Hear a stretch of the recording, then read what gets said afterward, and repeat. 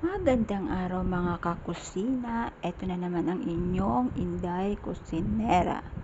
Ngayon, magluto po tayo ng macaroni sopas.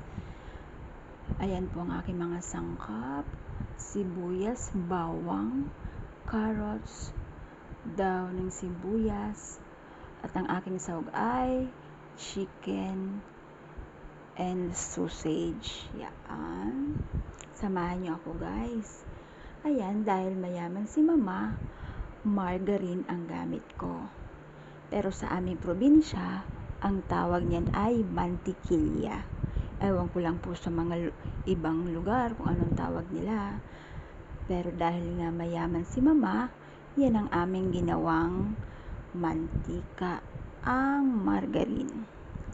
Diyan po ako magigisa ng bawang, sibuyas, at yun na nga po, nauna nga po ang aking pagsasalita sa talagang nangyayari. Ayan, ginigisa ko pa lang naman po ang bawang, hinahalo-halo hanggang sa mag-brown at manuot yung amoy. Yan, ayan, sinunod ko na po yung sibuyas. Mix lang po yan.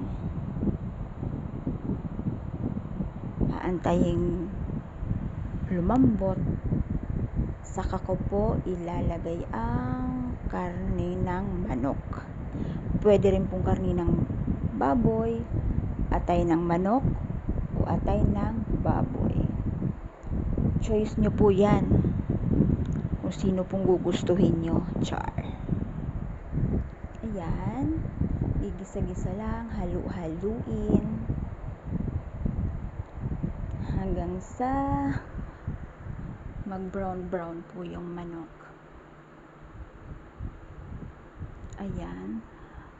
Tanong ko lang po,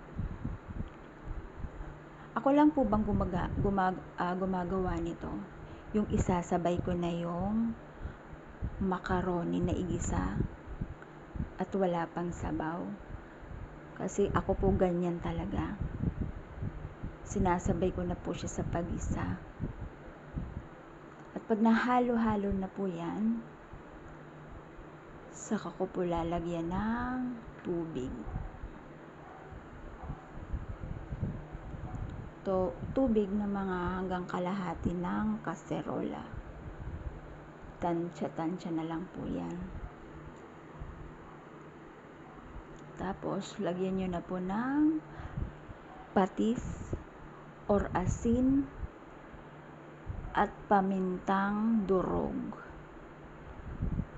Antayin lang pong kumulo hanggang sa lumambot yung macaroni. Ang ginamit ko po pala dyan yung elbow. Ayan, inilagay ko na po yung sausage para sabay na rin po siyang maluto. Ihalo para walang maiwang matigas, para sabay-sabay silang lumambot. Pakuluan at ilagay na ang gatas. Kahit po anong brand ng gatas ay po pwede.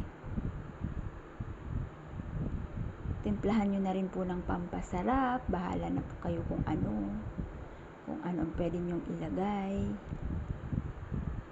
Ayan, haluin po ulit para pantay. Ayan po siya, sarap. Mag-story lang po ako. Alam niyo po bang ang macaroni ang paborito ng tatay ko? Kaya pag magluluto man po ako nito, lagi ko siyang naaalala. FYI po, 3 years na pong patay ang tatay ko. Pero, ang dami pa pong mga alaalang bumabalik. Mga bagay man yan, pagkain o lugar.